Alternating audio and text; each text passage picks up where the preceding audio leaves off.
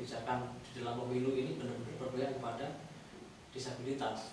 Salah satu cara untuk berpihak adalah kami terlibat di dalam proses. Jadi kalau jenengan ke arah Pasuruan sampai di Pasar Lawang, sampai lihat aja ke arah Pasuruan, itu nanti ada sebuah bukit, itu namanya Bermudeng. Itu kami kelola. Ya akhirnya kami juga mengampanyekan ke teman-teman terkait dengan pemilu ini. Jangankan ke TPS, ke puncak gunung pun kami sanggup. Apalagi TPS, apalagi di kampung gitu.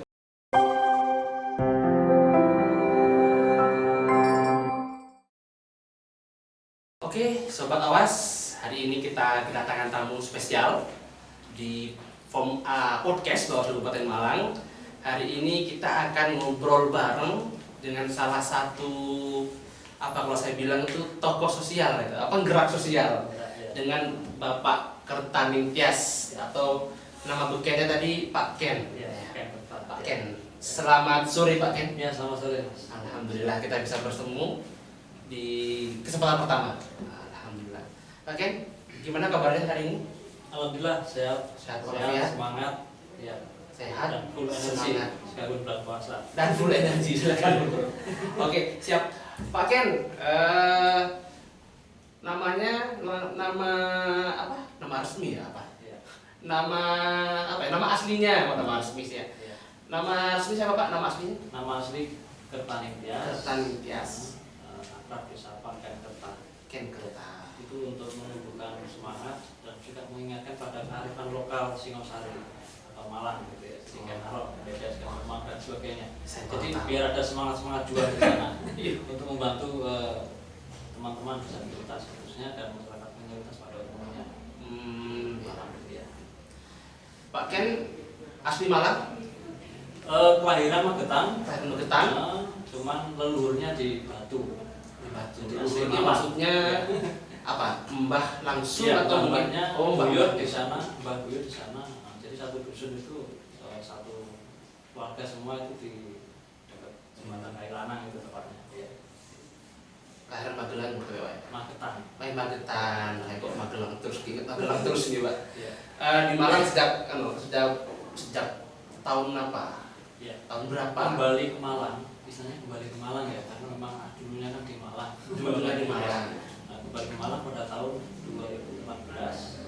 Kemudian pada saat itu juga saya mendirikan Lingkar Sosial Indonesia. Itu sebuah organisasi yang sebenarnya bergerak untuk membantu masyarakat marginal dan yang mengalami disfungsi sosial.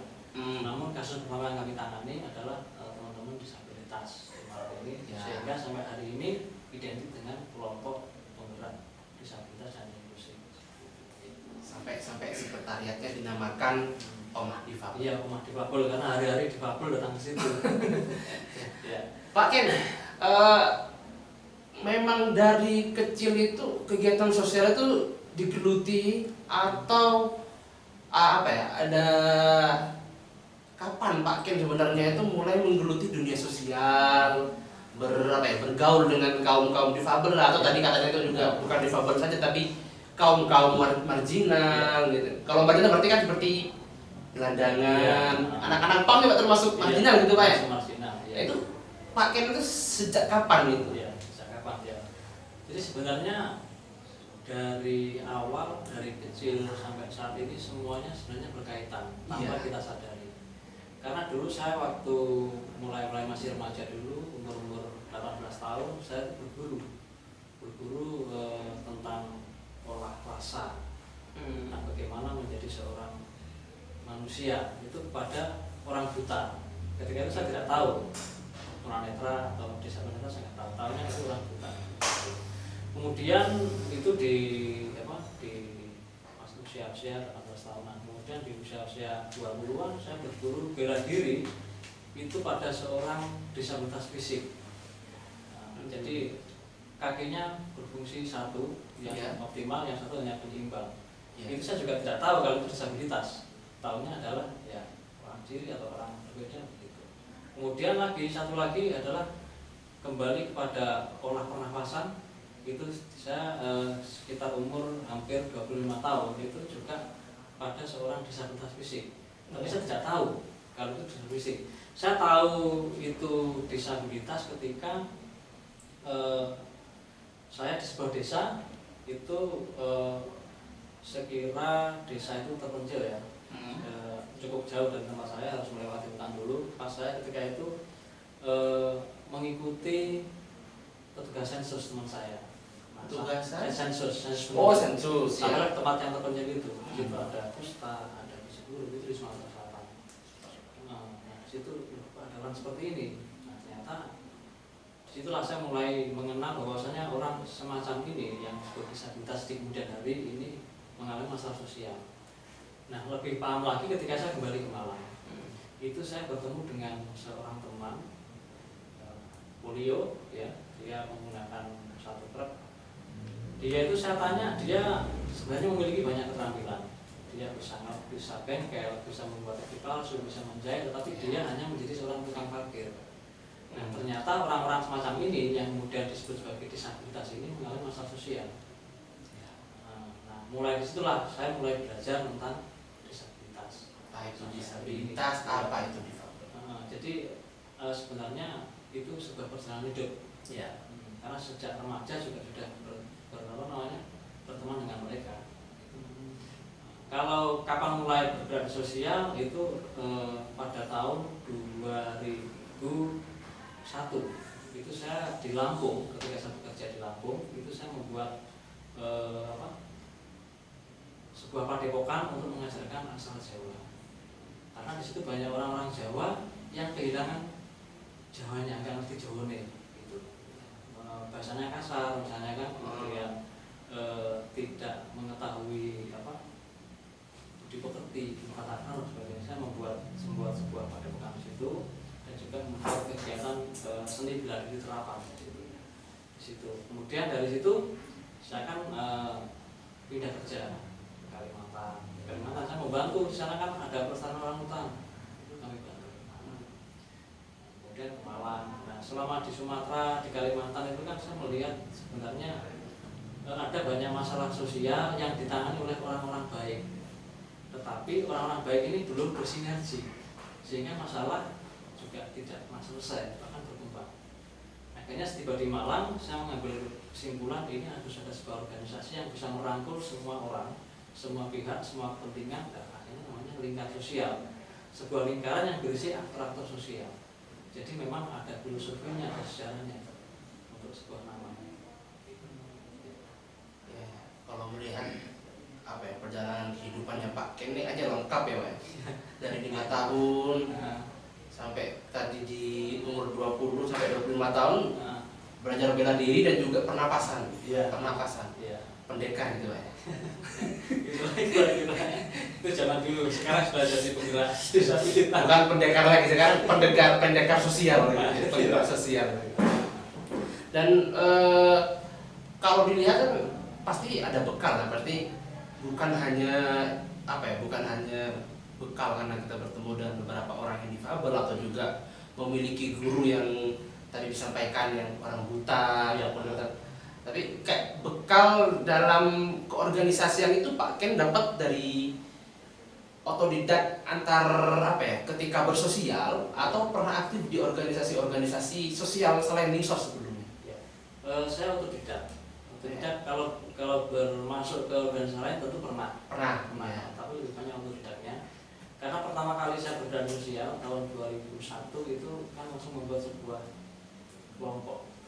Yang tadi katanya itu Padepokan Aksara. Tapi sebelumnya kan kami juga pernah berguru juga, artinya juga sebuah organisasi. Jadi lebih banyak ke otodidak sebenarnya untuk praktek seperti itu.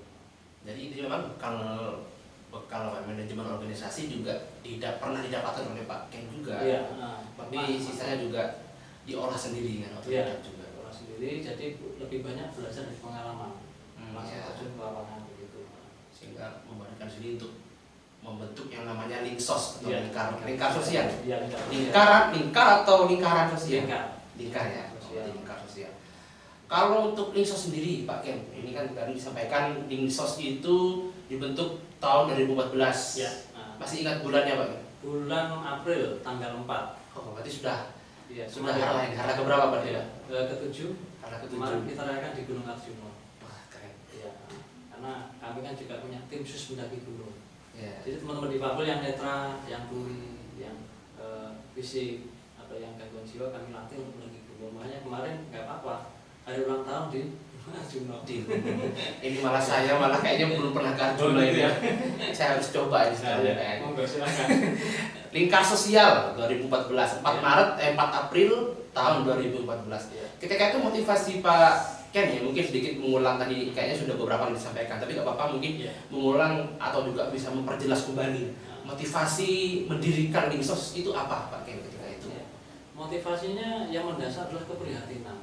Bahwasanya kita ada di sebuah lingkungan yang itu terdapat masalah-masalah, tetapi juga ada potensi-potensi, utamanya orang-orang baik, kelompok-kelompok yang kompeten sebenarnya.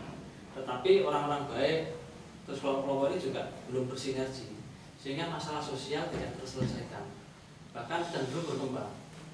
Kayaknya ini harus ada sebuah organisasi atau komunitas atau apalah istilahnya yang bisa merangkul semua orang, semua pihak, semua kepentingan. Gitu. Itu juga yang mendasari mengapa akhirnya Linsos bertemu dengan Bawaslu, terus kemudian bertemu dengan lembaga-lembaga lain untuk mengadakan sebuah sinergitas.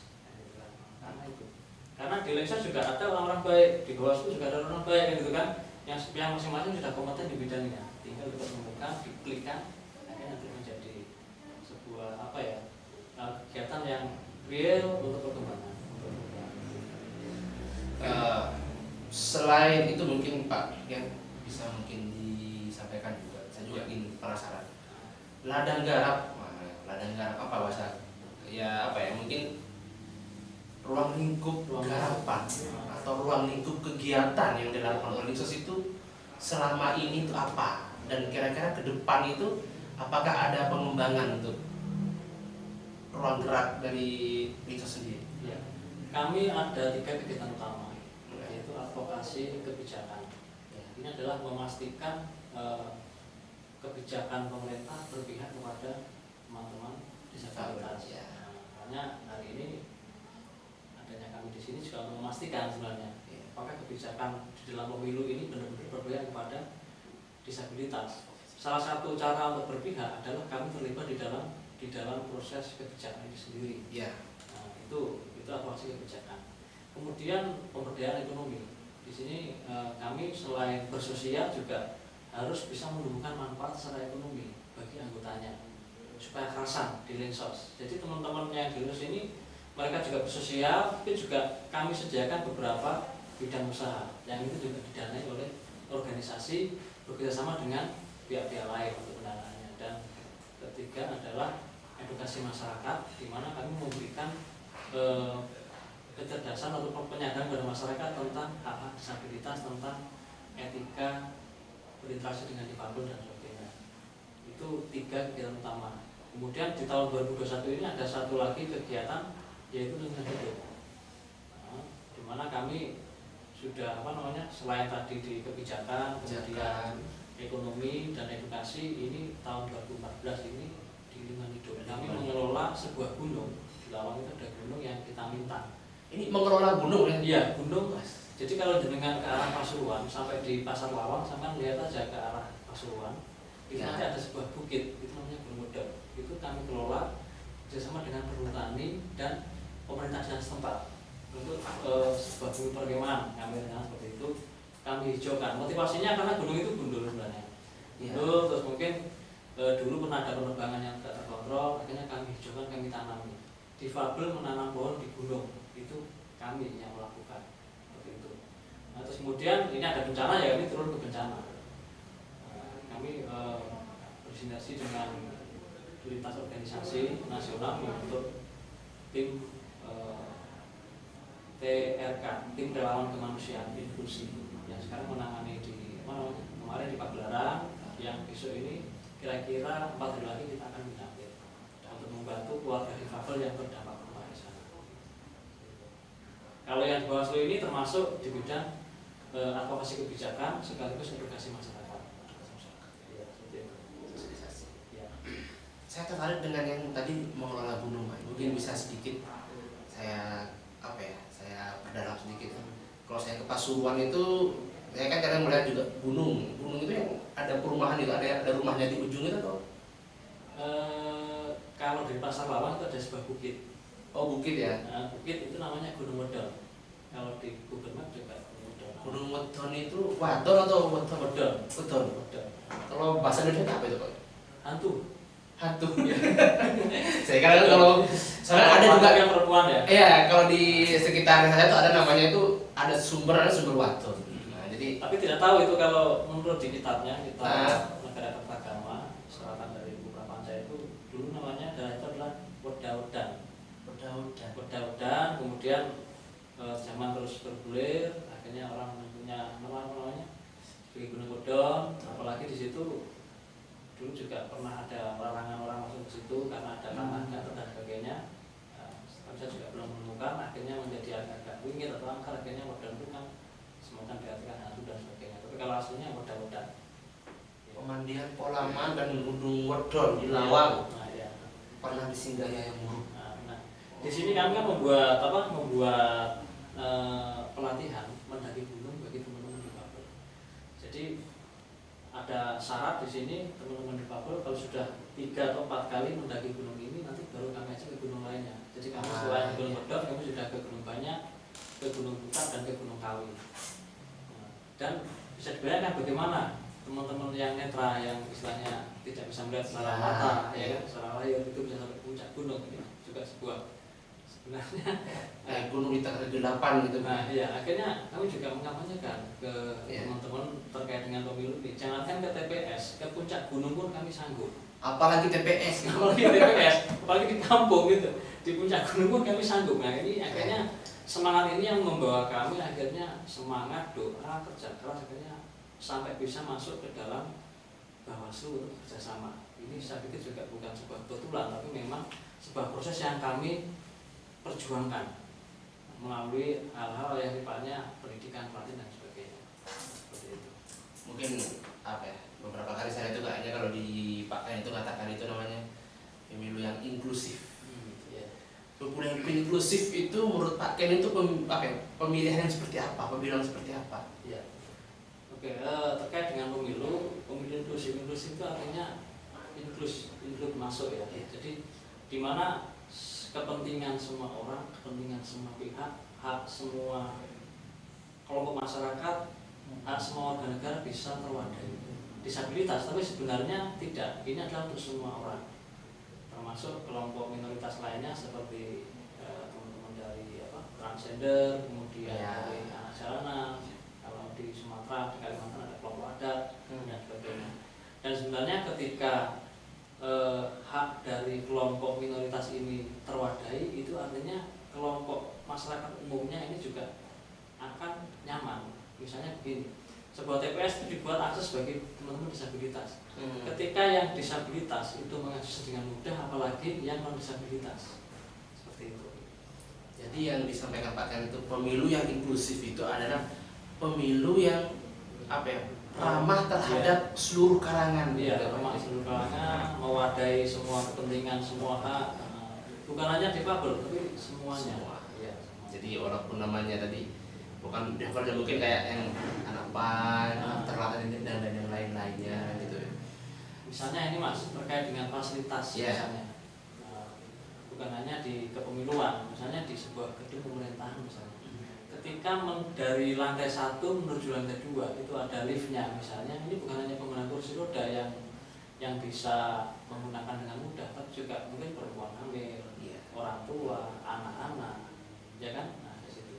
Jadi inklusif ini sebenarnya benar-benar mewadahi kepentingan semua orang. Kalau kayak di gedung-gedung mungkin kan di gedung pemerintahan ataupun di beberapa gedung mungkin simpelnya kan kayak ada tangga, ada juga yang bisa dinaiki dengan kursi roda. Itu juga salah satu bentuk inklusivitas itu sendiri Pak. Bagaimana itu bisa mewadahi seluruh kalangan. Saya kemarin juga melihat Pak Ken sempat sebelum MOU dengan Bawaslu Kabupaten itu, Bawaslu Kabupaten juga pernah bertemu dengan Pak Ken sendiri di Fabel ketika itu.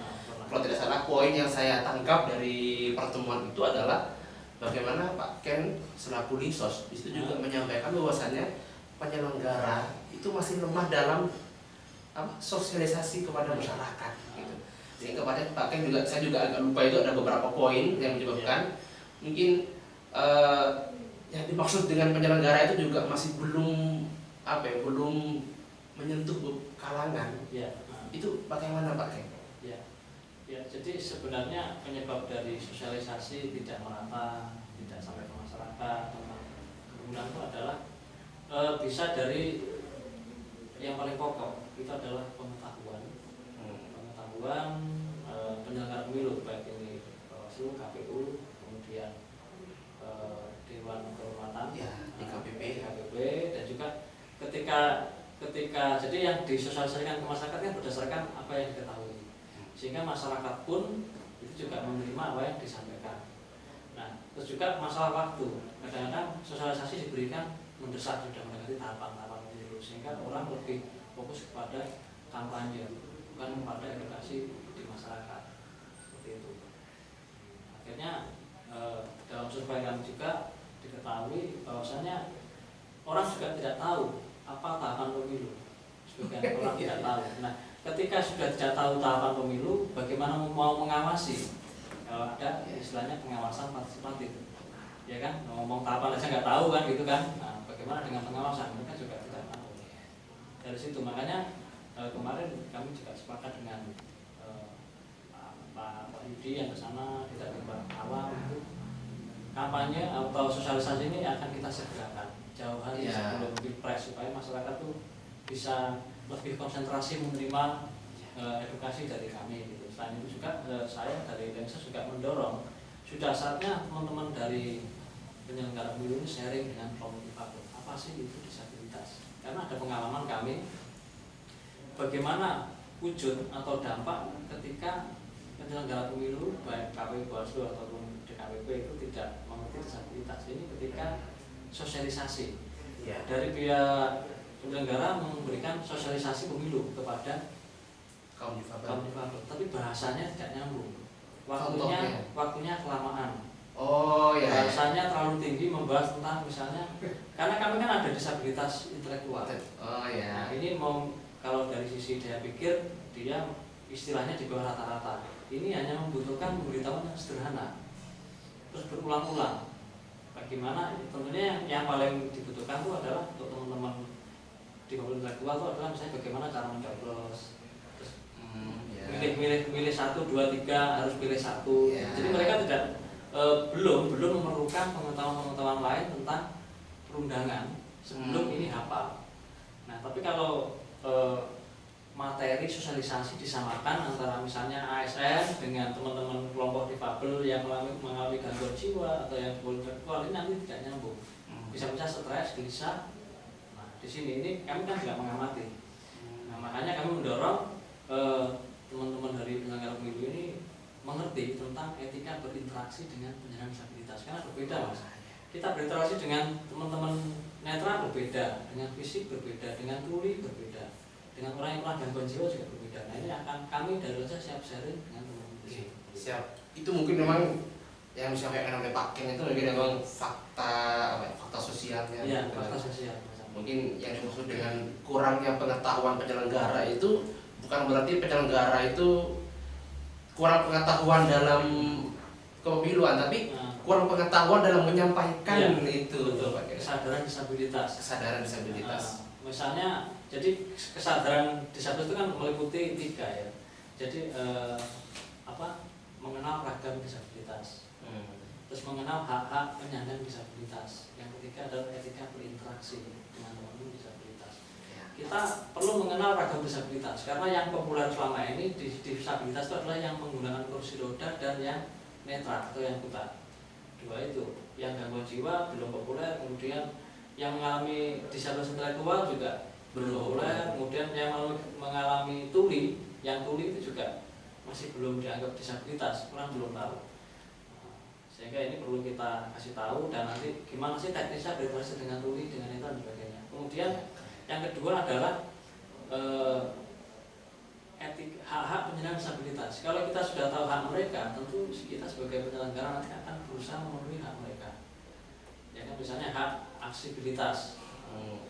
Dan misalnya bagaimana sih TPS ini ramah terhadap difabel agar bisa diakses oleh difabel. Nah, ada kekhawatiran dari teman-teman di TPS misalnya, nanti kalau ini dibuat ramah difabel biayanya mahal dan sebagainya. Itu tidak, asal melibatkan kita, karena kita nanti akan memberikan masukan bagaimana ini supaya mudah dimodifikasi. Misalnya nih, saya pernah melihat di sebuah tempat di alun-alun itu sudah ada bagus, sudah ada logo difabel di situ. Artinya di sinilah jalur masuk pengguna kursi roda, misalnya seperti itu. Tapi lama-lama jalur ini ditutup sama portal dengan alasan di sinilah tempat pelanggaran sepeda motor masuk segala macam. Sehingga yang tadinya alun-alun atau lapangannya hanya untuk orang jalan-jalan akhirnya bisa diparkir sepeda motor kalau malam, akhirnya ditutup. Padahal tidak perlu seperti itu. Kalau melibatkan kami dari teman-teman difabel itu cukup, tidak perlu membuat portal, tidak perlu membuat memasang satpam atau satpol pp untuk menjaga jalan, tidak perlu. Cukup membuat pintu masuk yang letter S.